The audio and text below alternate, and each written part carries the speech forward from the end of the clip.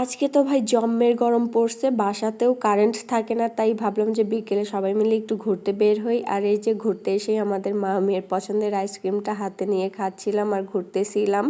আর জায়গাটা দেখে বলো তো আমরা এখন কোথায় আসছি ঘুরতে?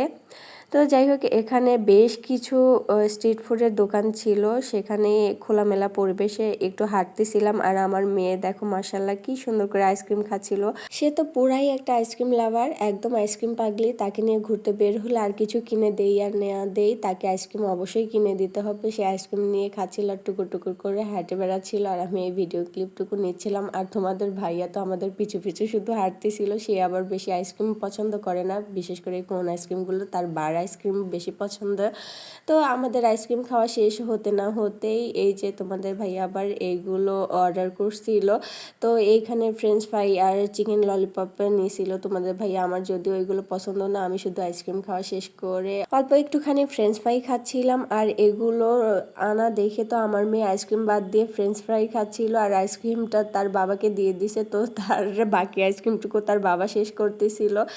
তো সেইগুলো খাওয়া দাওয়া শেষ করে আমি সামনে আসতেই দেখি যে মুড়ি মাখা আর ফুচকার স্টল ছিল এখানে। তো মুড়ি মাখা দেখে ভাবলাম যে অনেক দিন মুড়ি মাখানো খাওয়া হয় না, রাস্তার পাশের যে মুড়ি মাখানোগুলো। তো এখান থেকে অল্প একটু মুড়ি মাখানো নিলাম শুধুমাত্র আমার জন্য, এই যে। আর এই মুড়ি মাখানো দেখে তো আমার মেয়ে আবার এটা খাইতে চাচ্ছিল, কিন্তু প্রচণ্ড ঝাল ছিল। পরে সে এটা আমাকে দিয়ে দিয়ে আবার ফুচকা নিয়ে লাফালাফি করতেছিল। পরে তাকে 4টা ফুচকা কিনে দেওয়া হয়, আর আমি এই মুড়ি মাখা খাচ্ছিলাম। তো এইভাবে খাওয়া দাওয়া করে ঘোরাঘুরি শেষ করে ড্যাং ড্যাং করতে করতে আবার সন্ধ্যার দিকে বাসায় চলে আসি। এই ছিল আমাদের আজকের ঘোরাঘুরি।